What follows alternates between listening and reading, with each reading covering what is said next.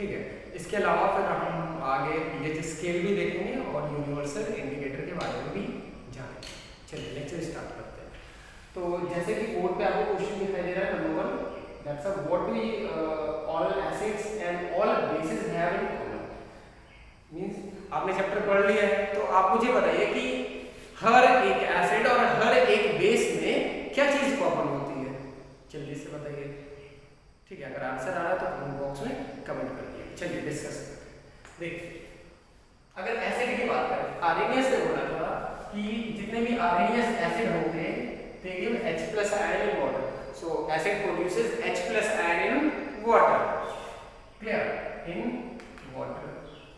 और बेस की बात करें, base produces OH- ion in water। तो जितने एसिड हैं वो लगभग क्या प्रोड्यूस करेंगे, H+ आयन, और बेस है वो भी लगभग OH- आयन प्रोड्यूस करेंगे। मैं आर्हेनियस की जनरली बात कर रहा हूँ, क्लियर। फिर इसके आगे एक बात और है, जो भी एसिड है बेस है ये क्या प्रोड्यूस करते हैं, आयंस, और आयंस में क्या होता है, चार्ज, प्लस माइनस चार्ज होता है ना। आयंस में क्या होता है, चार्ज। ठीक है, 9th क्लास में पढ़ा तो वहां आयन पढ़ाया गया होगा, कैटायन पॉजिटिव चार्ज और एनायन नेगेटिव चार्ज, तो चार्ज होता है। अच्छा एक बात और तुमने सुनी तो होगी, पढ़ी नहीं होगी, 10th में पढ़ोगे पता नहीं होगी, पढ़ा नहीं पढ़ा है, लेकिन सुनी तो होगी कि जो करंट है इसके फ्लो के लिए भी क्या चाहिए, चार्ज पार्टिकल चाहिए जिसके ऊपर चार्ज हो। तो अगर ये चार्ज आयन है और फ्री है, मूव कर सकते हैं, यानी कि एक करंट भी फ्लो करा सकते हैं। मतलब आप किसी सॉल्यूशन में एसिड भर के रखोगे और इसमें थोड़ा सा वाटर एसिड था और इसमें वाटर था और इसमें तुमने क्या मिला दिया, एसिड। ठीक है, एसिड वाटर हो गया। अब पानी में जाएगा ये H+ और Cl- के फॉर्म में हो जाएगा। अब इसको तुम बैटरी से कनेक्ट कर दो, ठीक है, और यहाँ पे एक बल्ब तुम लगा दो। अब जब बैटरी से कनेक्ट करोगे, स्विच ऑन करोगे तो ये बल्ब तुम्हें जलना हुआ दिखाई देगा। यहाँ पे देखो क्या तुमने इस तार को इस तार से जोड़ा है, नहीं जोड़ा, फिर भी जल गया। यानी कि यहाँ पे जो चार्ज आयंस हैं ये क्या कर रहे हैं, फ्लो कर रहे हैं, जो कि सर्किट को पूरा करा रहा है। ठीक है, एक नॉर्मल सर्किट तुम ऐसे बनाते हो, ये बैटरी हो गई और एक बल्ब तुमने लगा दिया। ठीक है, क्या अभी बताओ बल्ब जलेगा अगर तार में जोड़ा, नहीं जलेगा, बिल्कुल नहीं जलेगा। यानी कि इनके बीच कनेक्शन होना चाहिए तभी बल्ब जलेगा। यानी कि अगर सॉल्यूशन में इन वायर्स में कोई अटैचमेंट नहीं है आपस में, लेकिन फिर भी करंट फ्लो हो रहा है, मतलब कोई ना कोई इसमें रोल प्ले कर रहा है, करंट का फ्लो हो रहा है, एंड दैट्स अ आयन। तो क्या बोलेंगे, acids and base produces a free charged ions which act as a charge carrier, hence they can flow the electric current. ठीक है, तो इलेक्ट्रिक करंट फ्लो हो सकता है। तो ये तीन बातें कॉमन है सभी एसिड सभी बेस के बारे में, क्लियर। चलो आगे आते हैं। अब अगला क्वेश्चन क्या है, what happened to an acid और a base in a water solution.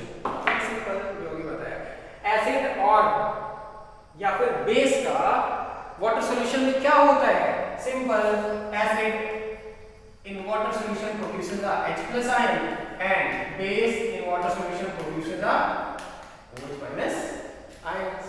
that's ये आंसर आपका हो जाएगा, क्लियर। आगे और अगला क्वेश्चन क्या है, is dry HCl gas is not acidic, justify your answer। क्या जो शुष्क HCl गैस है, मतलब जो सूखी हुई, मतलब बिना मॉइस्चर के, बिना वाटर के जो HCl गैस है वो क्या एसिडिक नहीं होता है, तो इसका जस्टिफाई करें।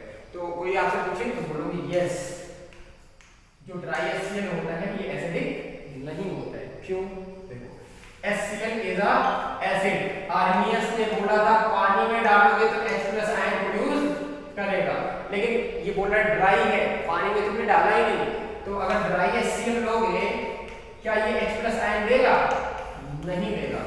H+ नहीं देगा मतलब एसिड की तरह बिहेव नहीं करेगा, तो इसका एसिडिक नेचर नहीं आएगा। तो बोलोगे dry HCl is not a acid because it do not produces a H+ ion in a dry condition, clear. चलो आगे आते हैं अगले क्वेश्चन पे, समझ आ गई बात। चलो, what happen when H2O is mixed with N acid और अ बेस। जब H2O को हम एसिड या बेस से मिलाते हैं तो क्या होता है, क्या होता है बताओ? पढ़ रखा है थोड़ा बहुत? नहीं पढ़ा? चलो देखो थोड़ा सा नया क्यों देखे।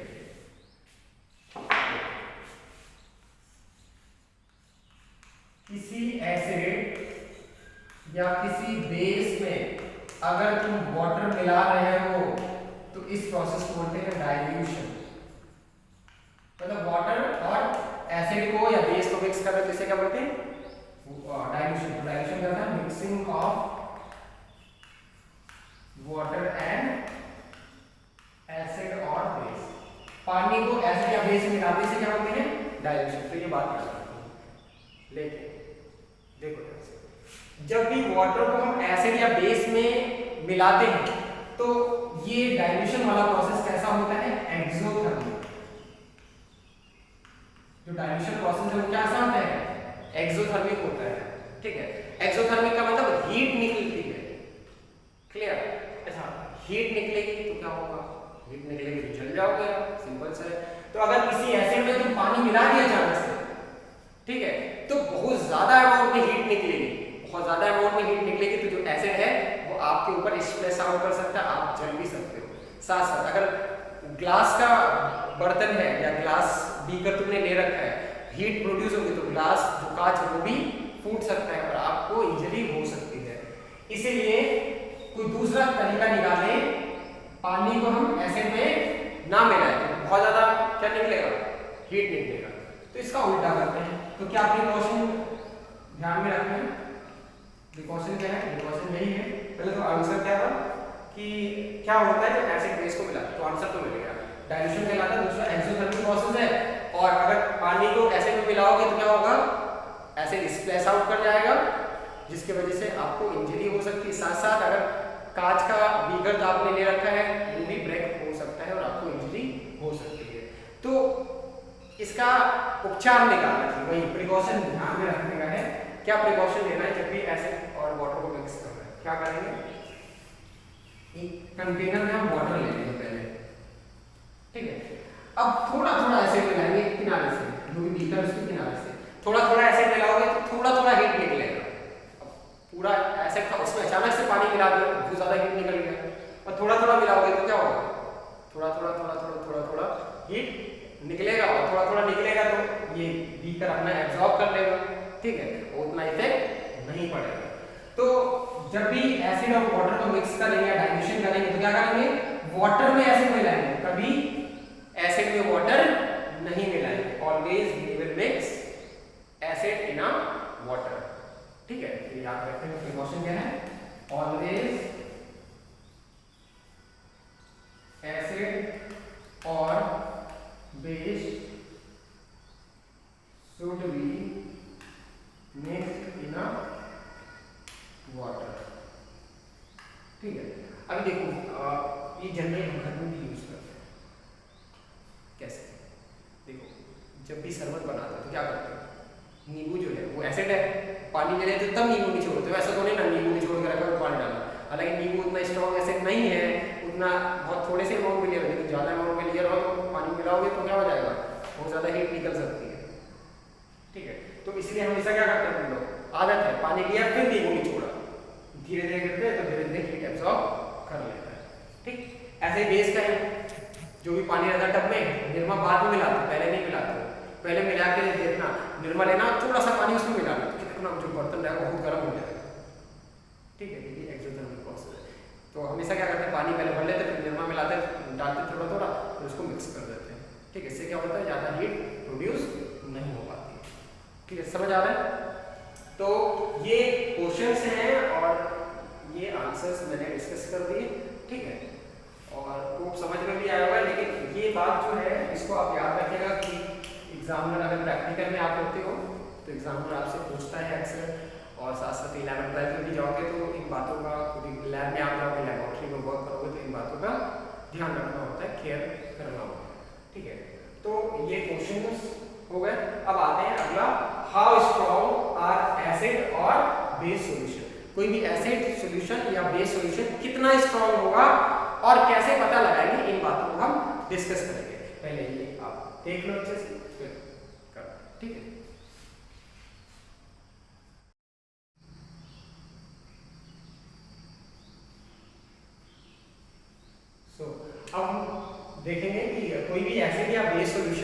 कितना स्ट्रॉन्ग है और कैसे पता लगाएंगे उसकी बात समझेंगे। ठीक है, तो देखो स्ट्रेंथ को पता लगाने के लिए एसिड या बेस के, तो हम क्या करते हैं H+आयन और OH- आयन के अमाउंट को कंसीडर करते हैं और उसी से अपने आंसर को जस्टिफाई करते हैं। तो सिंपल सा लिखेंगे क्या, amount of H+ and OH- ion is measured to justify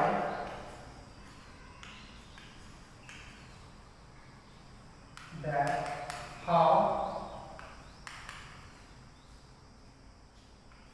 strong an acid or base is। ठीक है, तो जो भी H+ आयन और OH- का आयन कंसंट्रेशन होता है उसको मेजर करते हैं हम, जो भी एसिड या बेस का स्ट्रेंथ है उसका पता लगाते हैं। ठीक है, लेकिन इसको सबसे पहले किसने बताया होगा या किसने खोजा होगा, तो देखो एक साइंटिस्ट है जिनका नाम था SPL सोरेनसन। SPL सोरेनसन इन्होंने कब दिया था थ्योरी, 1909 इन्होंने थ्योरी दी थी और उस थ्योरी से बताया था कि हम पता लगा सकते हैं कोई भी एसिड का जो स्ट्रेंथ है वो कितना होगा, मतलब कोई भी एसिड वीक होगा या स्ट्रांग होगा या बहुत स्ट्रांग होगा, वो इन्हीं के स्केल से पता लगाया गया। इन्होंने क्या बोला, इन्होंने बोला strength can be measured by the H+ ion concentration। इन्होंने कहा कि एसिड और बेस का अगर स्ट्रेंथ आपको निकालना है तो क्या करना है, H+ आयन का कंसंट्रेशन देख लेना है। ठीक है, अब बेस में चाहे एसिड हो, सब में क्या देखना अपने को, H+ आयन कंसंट्रेशन पता लग जाएगा कि कोई एसिड है या फिर कोई कितना बेसिक नेचर का है। ठीक है, तो जनरली इन्होंने H+ आयन का, तो कांसेप्ट थ्योरी अभी OH से भी हम निकालते हैं तो आगे कांसेप्ट पढ़ेंगे। ठीक है, तो इन्होंने H+ आयन कंसंट्रेशन दिया और इन्होंने एक बात और बताई, क्या बताई कि एसिडिटी और बेसिसिटी, मतलब एसिडिक स्ट्रेंथ या basic strength can be defined in form of pH value. ठीक है, बताया कि एसिडिक स्ट्रेंथ और बेसिक स्ट्रेंथ को हम pH वैल्यू के फॉर्म में डिफाइन कर सकते हैं, मेजर कर सकते हैं। ठीक है, अब आते हैं इस pH वैल्यू पे कि pH वैल्यू होती क्या है। ठीक है, तो सोरेनसन ने 1909 में क्या दिया था, थ्योरी दिया था कि स्ट्रेंथ को हम H आयन कंसंट्रेशन से मेजर कर सकते हैं। ठीक है, कोई कितना बढ़िया एसिड होगा, कितना बढ़िया बेस होगा, उसको डिफाइन करने के लिए, मेजर करने के pH वैल्यू इन्होंने बना दी। अब आते हैं pH वैल्यू। देखो तो pH किसने दिया था, वो आपसे पूछे तो किसने दिया था, सोरेनसन ने दिया। ठीक है, तो pH यहाँ पर P स्टैंड फॉर, तो P का मतलब क्या, P stands for potent, potent मतलब पोटेंशियल। ठीक है, और H फॉर हाइड्रोजन। ठीक है, तो हाइड्रोजन का कितना पोटेंशियल है, ठीक है, पोटेंशियल को तो अमाउंट समझ लो, हाइड्रोजन का कितना अमाउंट है, ठीक है, वो बताएगा pH। और इन्होंने pH को सॉल्व करने के लिए pH वैल्यू को फॉर्मूला दिया, बताया क्या, -log base 10 H+ ion concentration, ये pH की वैल्यू हो गई, pH का फॉर्मूला हो गया। ठीक है, -log base 10 H+ ion concentration. ठीक है, यहाँ से तो pH निकाल सकते हो। क्लियर, इस पर pH निकालने का 2-4 क्वेश्चन भी कर लेंगे आगे, लेकिन कुछ बातें और समझ लेते हैं।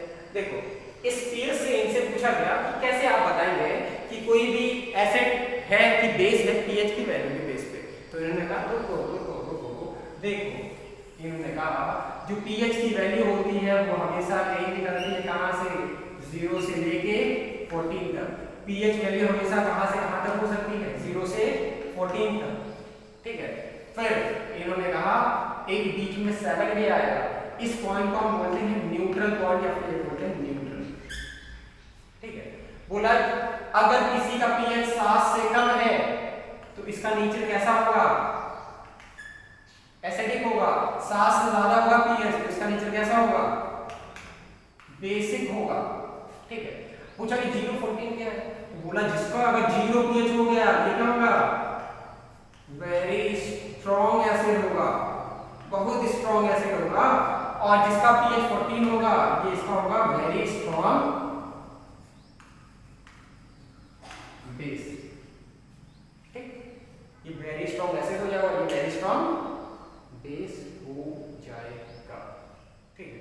अच्छा, एक सवाल उसमें था कि वाटर में एसिड बेस का क्या होता है, तो H+NOH देता ही है। साथ साथ तो ये पानी तुम अमाउंट ज्यादा करोगे एसिड या बेस के अंदर तो होगा क्या कि जो H+ आयन की कंसंट्रेशन है पर यूनिट वॉल्यूम में वो कम होता चला जाएगा, मतलब एसिडिक स्ट्रेंथ कम होता चला जाएगा। कोई भी एसिड है उसमें पानी तुमने मिला दी तो हल्का हो जाएगा ना, एसिडिक स्ट्रेंथ कम हो जाएगा, मतलब पीएच वैल्यू क्या हो जाएगी, बढ़ती चली जाएगी। ठीक है, एसिड का वो समझ हो गया। तो ये स्केल समझ में आया, ये पीएच वैल्यू और ये पीएच स्केल के बारे में सॉल्यूशन में बताया है। ठीक है। इन्होंने कहा तो इधर ज्यादा होगा पीएच इसका 7 से तो बेस, और जिसका कम होगा वो एसिड होगा। फिर इनसे पूछा गया कैसे, तो इन्होंने कहा बहुत सारे एग्जांपल ले, बोले कैसे लो, बोले लो देखो, बोले सलाइवा का पीएच क्या होता है, बिफोर मील, खाने से पहले।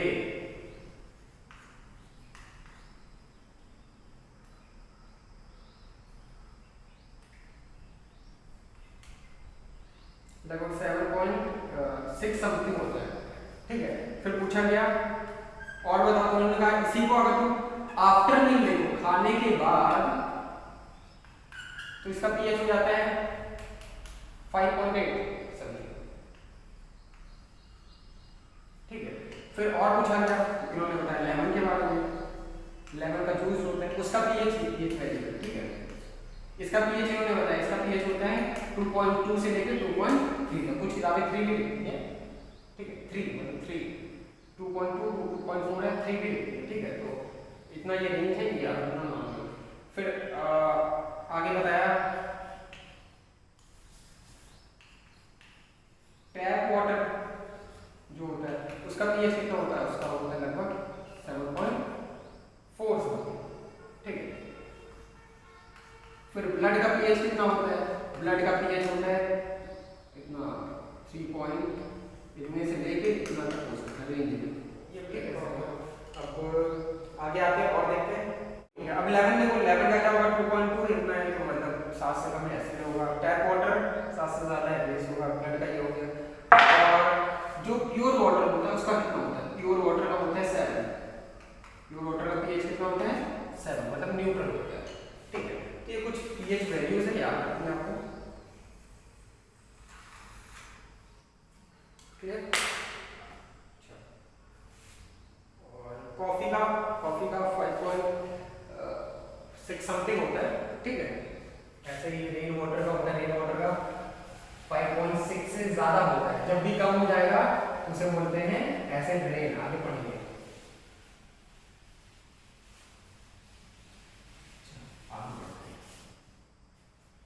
तो ये बातें पीएच स्केल की और सॉल्यूशन स्केल की। अब पीएच के कुछ क्वेश्चन सॉल्व कर लेते हैं। जैसे मान लेते हैं बोलता है कि 10 की power -2 molar concentration H+ ion produced by the HCl in water. HCl इतने आयंस प्रोड्यूस करता है वाटर में, तो बताओ पीएच कितना होगा। पीएच निकालेंगे क्या होगा, पीएच बराबर -log base 10 H+ ion. H+ ion कितना दिया है, 10 की पावर -2 कर दो। m उसका, ये जो m है,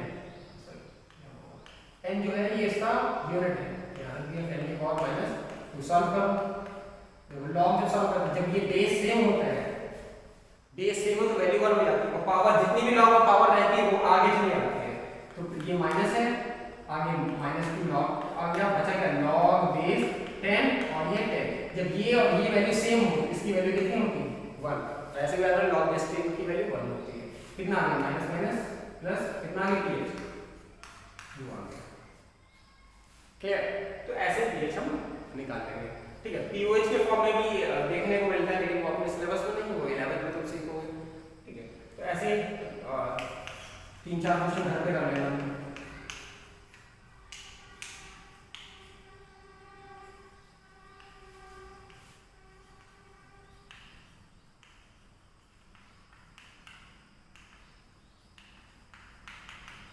ठीक है, ये कर लेना।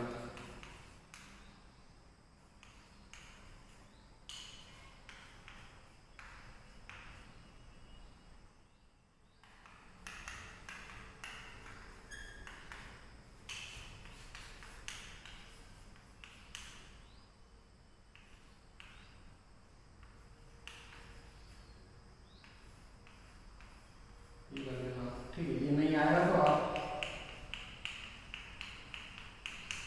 ठीक है व्हाट्सएप से पूछ सकते हैं, आपके कमेंट बॉक्स में कमेंट कर दिए sir please tell me this. ठीक है, तो मैं इसको सॉल्व करके आपको बता दूँ, अगर आता है तो कमेंट बॉक्स में टाइप कर दिएगा, लिख दीजिएगा। क्लियर? सो तो ये pH के कुछ सवाल थे और ये pH का कंसेप्ट था। ठीक, अब आगे बढ़ते हैं, pH से आगे निकलते हैं।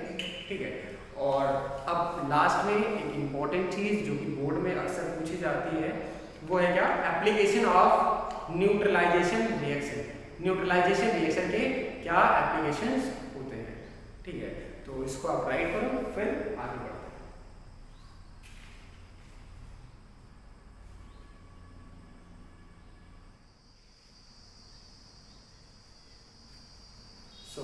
अब हम लोग देखेंगे importance of pH in everyday life, मतलब जो भी पीएच का एक इंपॉर्टेंस है हमारे डे टू डे लाइफ में उसको देखने वाले हैं। ठीक है, इसमें कुछ न्यूट्रलाइजेशन के एप्लीकेशन भी देखने को मिलेगा। चलिए सबसे पहले आते हैं नंबर 1 क्या है importance, animal and plants are pH sensitive. जो भी एनिमल है प्लांट है वो क्या होते हैं पीएच सेंसिटिव होते हैं। ठीक है, अगर पीएच चेंज होगा तो उनकी लाइफ जो है जान जो है खतरे में पड़ जाएगी, और इसीलिए क्या होता है पीएच का एक अहम रोल होता है हमारे जीवन में।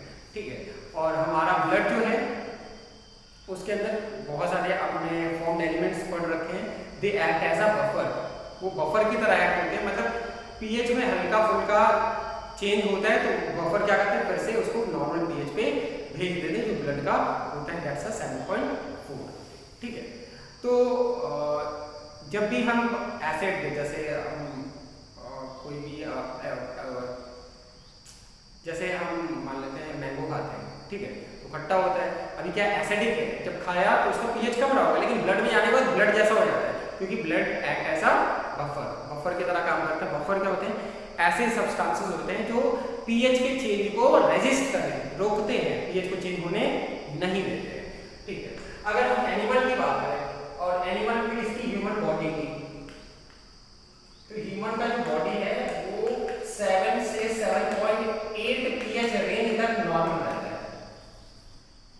ठीक है, ह्यूमन बॉडी का इतना नॉर्मल pH रेंज है, यहां तक रहेगा तो नॉर्मल है। ठीक है, अगर इससे ज्यादा चेंज या इससे कम हो गया pH तब गड़बड़ हो जाएगा, pH गड़बड़ हो जाएगा तो या तो चक्कर आने लगेगा या तो बॉडी में बहुत सारी प्रॉब्लम्स क्रिएट हो जाएगी। ठीक है, और आगे बढ़ते हैं प्लांट्स में आते हैं। अब देखो प्लांट्स क्या होते हैं, ये भी पीएच सेंसिटिव होते हैं। अगर जैसा हमारा बॉडी ऐसे प्लांट का है, पीएच का घटे बढ़ेगा तो फिर से क्या हो जाएगा, प्लांट की डेथ हो जाएगी, प्लांट ग्रो नहीं करेगा। ठीक है, इसके आगे आओ, देखो जो बारिश होती है इसका पीएच जो होता है ये 5.6 से ऊपर होता है, 5.6 से ऊपर होता है, लेकिन जब कभी जो रेन वाटर है उसका पीएच 5.6 से कम हो जाए, 5.6 से कम हो जाए, तब उस रेन को हम बोलते हैं एसिड रेन, क्योंकि 7 से पीएच कम है, एसिड आ रहा होगा ना 7 से कम पीएच का, तो इसलिए उस रेन को हम क्या बोलते हैं एसिड रेन। किसके वजह से होता है एसिड रेन, नाइट्रोजन और सल्फर के ऑक्साइड की वजह से। ठीक है, इसको ऐसे लिखा ना और नास, एसिड रेन की वजह से क्या हो रहा है, जो भी ताजमहल का कलर या मोन्यूमेंट्स उनके कलर फेड हो जा रहे हैं, खराब हो रहा है। ठीक है,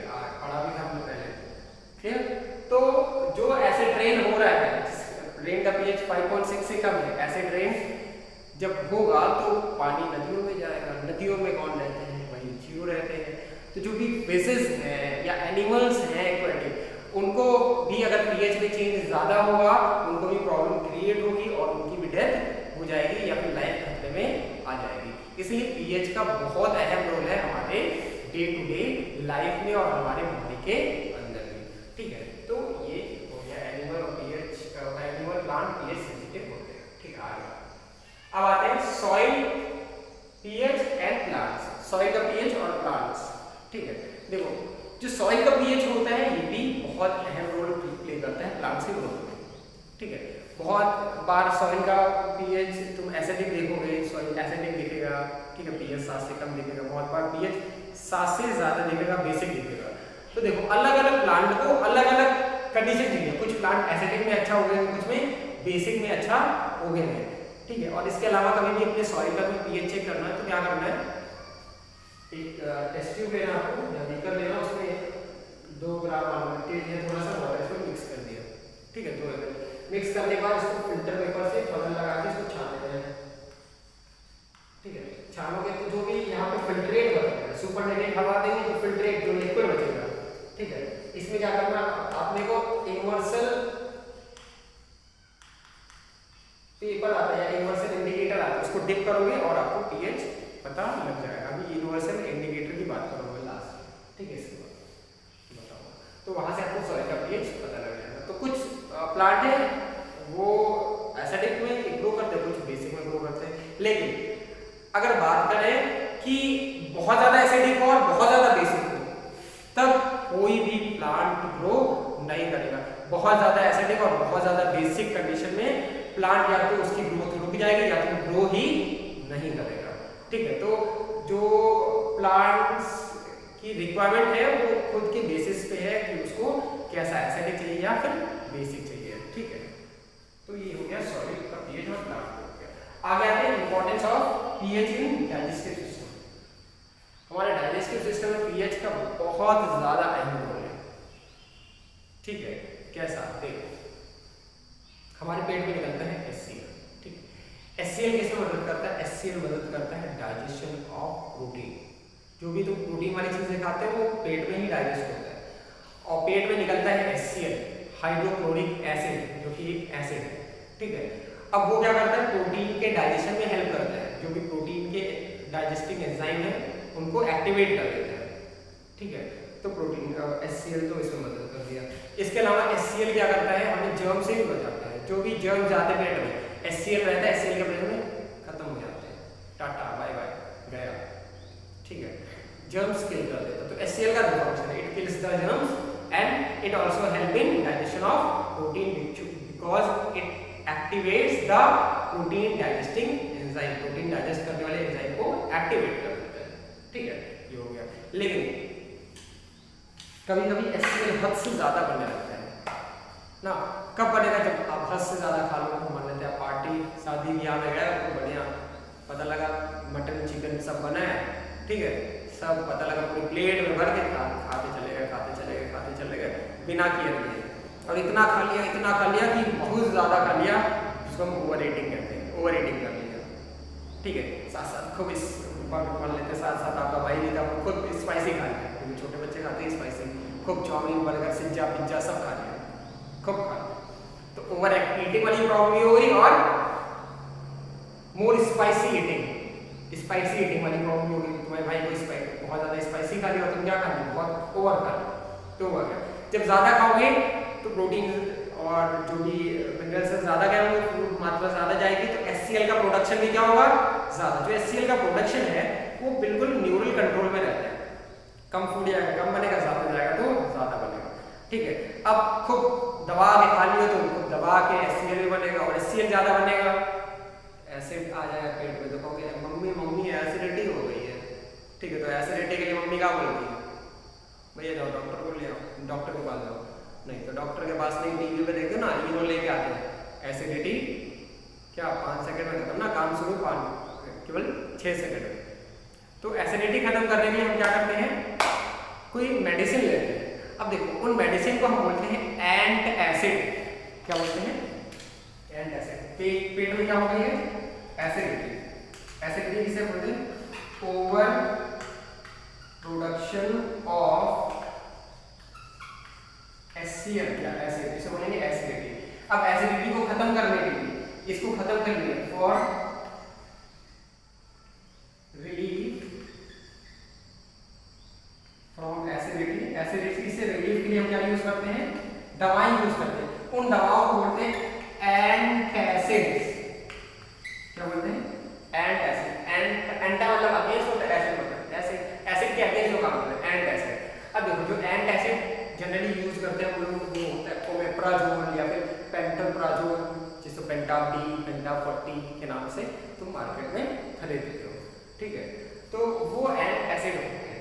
अच्छा, इसके अलावा घर में भी होता है, घर में भी एसिडिटी खत्म कर सकते हो। कैसे? हम यूज कर सकते हैं milk of magnesia, milk of magnesia, milk of magnesia, ठीक है। MgOH का होल डोज, मैग्नीशियम हाइड्रोक्साइड को हम बोलते हैं मिल्क ऑफ मैग्नीशिया। इसका भी इस्तेमाल कर सकते हो एसिड को खत्म करने में।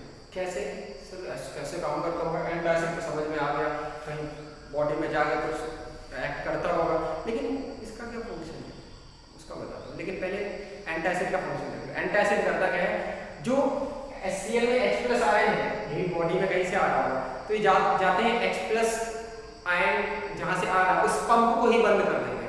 अगर H+ आयन का पंप बंद हो जाएगा, H+ आयन नहीं आएगा, Cl आया अकेला HCl बना नहीं पाएगा, एसिड बनेगा ही नहीं।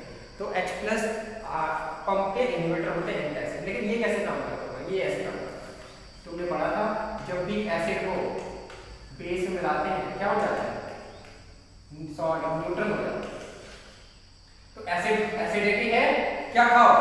बेस, सही हो जाएगा। अब बेस के एग्जांपल यही नहीं, नीम भी है। एसिडिटी बहुत हो, नीम की पत्ती चबा लो 4 5 6, सही हो जाएगा एसिडिटी, ठीक है। जब मुझे रात में होता है, रात में कौन दवाई ढूंढने वाले, लेकिन केस दवाई है तब तो ठीक है, क्योंकि फर्स्ट एड तो होता ही है घर में और अपने पास तो रहेगा ही ना। लेकिन इन केस कभी नहीं रहा बाई चांस या फिर कहीं फंस गया है तो क्या नीम की पत्ती मिल जाती, नीम की पत्ती 4 5 चबा लो, 6 दवा चबा लो, बढ़िया एसिडिटी खत्म। अच्छा, एसिडिटी कैसे आएगी ये जानना चाहते हैं? अच्छा, तो ये भी जान लो एसिडिटी कैसे बताते हैं। पेट में बहुत गुड़गुड़ हो, गैस बनी हो तो पेट दर्द होगा, गुड़गुड़ हो पेट हल्का दर्द होगा और निकाल बहुत ज़्यादा आ रही है अजीब तरीके से ना, तो उसे बोलते हैं एसिडिटी। तो वो तुम इससे सही कर सकते हो। तो देखो पीएच का कितना बड़ा रोल है हमारे डाइजेस्टिव सिस्टम में, ठीक। इसके बाद क्या है? Change of pH cause food decay. देखो अभी हमने पढ़ा है बिफोर मील पीएच क्या होता है 7.4 से 7.6 के बीच में रेंज करता है, ठीक है। लेकिन जब खाना को दबा के खा लेते हो तो कुछ फूड पार्टिकल बच जाते हैं। फूड पार्टिकल के साथ बैक्टीरिया भी आए रहते हैं। तो बैक्टीरिया क्या करते हैं? फूड को डाइजेस्ट कर करके फूड के ऊपर एक्ट करते हैं कौन? बैक्टीरिया, और प्रोड्यूस करते हैं क्या?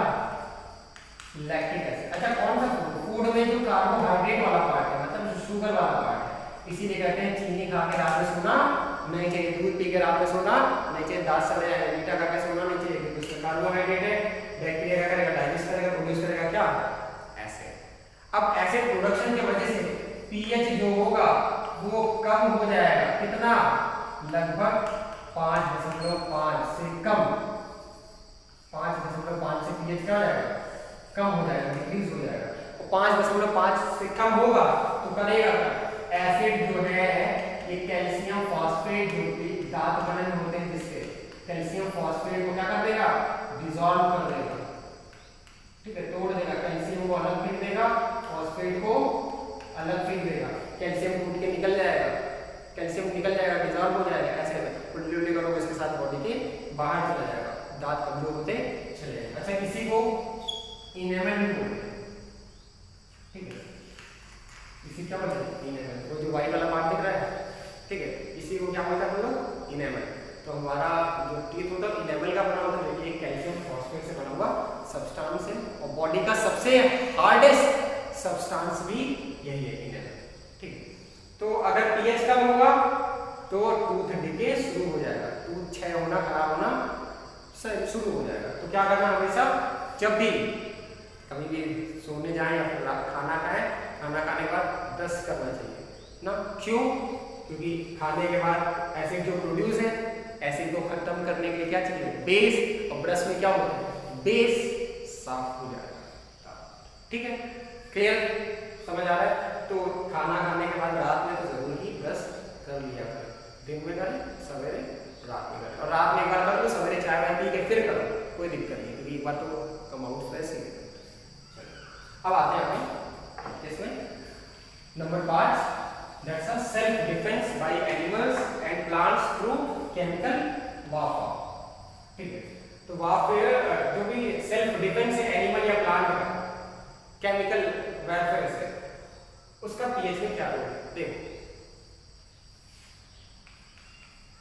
जो एक तुमने हनी बी का नाम सुना होगा, हनी बी की स्टिंग में होता है एसिड जिसका नाम होता है फॉर्मिक एसिड।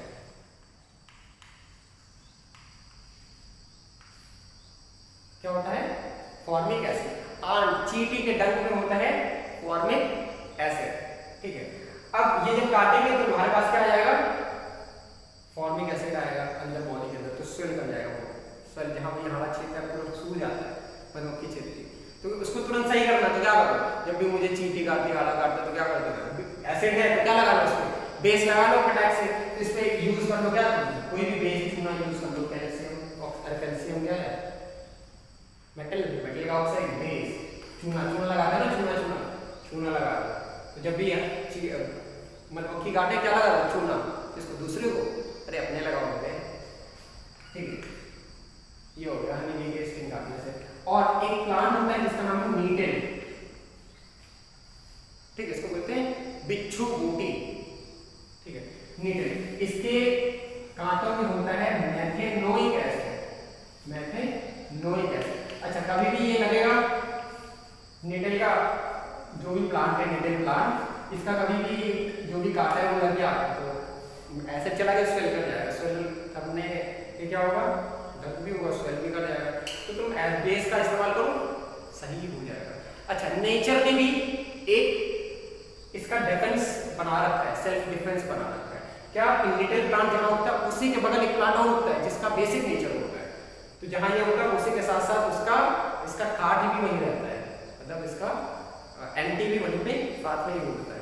जब भी ये लगे बगल में कोई देखो प्लांट उसी जैसा दिख रहा हो, थोड़ा सा अलग दिखेगा, इसको उठाओ रगड़ तो सही हो जाएगा। ठीक है, तो ये एसिड्स हो गए। ठीक, तो ये याद रखना है। हनी बी के स्टिंग में फॉर्मिक एसिड, मेटल प्लांट में क्या होता है? मेथेनोइक एसिड्स होते हैं। और ये क्या है? एनिमल और प्लांट का सेल्फ डिफेंस मैकेनिज्म। कोई भी आएगा तो उसको मार देंगे, जैसे हनी बी को परेशान करो, मार देंगे अपने बचाव के लिए। ठीक है, इसके पास जाओगे तो कांटा चुभ जाएगा, छोड़ दे तो अपने बचाओ। क्लियर? ऐसे कुछ एसिड्स हैं, सब्सटेंसेस हैं जिनमें कुछ एसिड्स पाए जाते हैं। तो सब्सटेंसों के मैं लिख रहा हूँ, एसिड्स लिख रहा हूँ। देखो, सबसे पहले है टोमेटो। टोमेटो में पाया जाता है ऑक्सैलिक एसिड। टैमारिन, इमली में पाया जाता है टार्टरिक एसिड। ठीक है, इसके अलावा विनेगर मतलब सिरका में पाया जाता है, बताओ, एसिडिक एसिड। Good, clear? और आटे में घी पाया जाता है, घी है लिखा है, और मिल्क में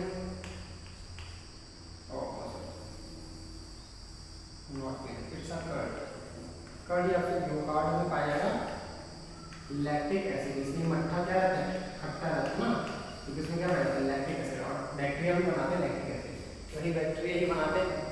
सही, दूध रहता है उसमें जामुन मिलाते हैं, जामुन में क्या होता है? बैक्टीरिया। लेकिन वो बैक्टीरिया हमारे बॉडी के लिए अच्छे होते हैं, हमारे पेट में जाएंगे और जो बेकार बैक्टीरिया उनको मारते हैं, किल करते हैं। तो ये नहीं कि दही खा रहे तो बैक्टीरिया नहीं खाएंगे, वो हेल्पफुल बैक्टीरिया है ना। तो बैक्टीरिया क्या करते हैं? जो भी कार्बोहाइड्रेट वाला पार्ट है उसको लैक्टिक एसिड में डाइजेस्ट करके कन्वर्ट कर देते हैं। ठीक है, लगेगा आर्टिस्टिक में क्या होता है? हमारा फॉर्मिक एसिड होता है। ठीक है, अच्छा, बिच्छी जब खाती है, बिच्छी के डंक पे होता है बेस। ठीक है, तो बेस है तो क्या लगाओगे? एसिड लगा लोगे, सही हो जाएगा। तो कभी बिच्छू काटे तो चूना मत लगाना, हमेशा क्या लगाना है, एसिड लगाना। तो जनरली क्या करते हैं लोग सिरका उरका डाल देते हैं, सिरका उरका है तो डाल देते हैं नहीं। और ये भी नहीं कि बैटरी का पानी वो भी एसिड है, सोचो वो भी ला के डाल दिया तो पैर खराब हो जाएगा। ठीक है, तो बहुत सोच समझ के। तो ये बात थी इम्पोर्टेंस ऑफ पीएच की। ठीक है, तो लगभग चैप्टर खत्म हो गया है। आखिरी टॉपिक बचा है सॉल्ट और उसके टाइप्स के बारे में, और कुछ कॉमन सॉल्ट्स है उनको बनाने की विधि, क्योंकि कई बार आता भी है सवाल। ठीक है, इस बार भी जो भी प्री बोर्ड इधर उधर के सवाल पेपर्स बनाते हैं स्कूल्स, क्योंकि बोर्ड तो हुआ नहीं है। ठीक है, तो जो स्कूल्स बनाते हैं उसमें बहुत बार वो सारे क्वेश्चन देखने को मिलता है हर पेपर में, और बोर्ड्स में कई बार आ जाते हैं, वो भी 1-2 नंबर में नहीं, 7-7 नंबर में आ जाते हैं। ठीक है, काफ़ी लंबा सा रहता है सवाल। तो वो सारे टॉपिक्स का डिस्कशन हम अगले लेक्चर में देखेंगे, सबसे लास्ट पार्ट में देखेंगे, और वहीं पर कुछ क्वेश्चन आंसर्स के भी डिस्कशन करेंगे। ठीक है, तो आप आज का आपका होमवर्क है कि आपको एनसीईआरटी रीड करना है, और जो मैंने क्वेश्चन कराया इसको अपने मन से कॉपी में लिखने की कोशिश करना, प्रैक्टिस करना है, और एनसीईआरटी के जितने भी सवाल हैं सारे करने हैं, बस सॉल्ट्स के सवाल छोड़ के जितने भी सॉल्ट्स लिखा मिलेगा सवाल में छोड़ दीजिएगा। ठीक, बाकी जितने सवाल हैं एनसीईआरटी के पीछे बीच में सारे सवाल आप करके रफ कॉपी में फोटोज सेंड कर दीजिएगा। ठीक है, बाकी नोट्स आप टाइप करिए। क्लियर? विदाउट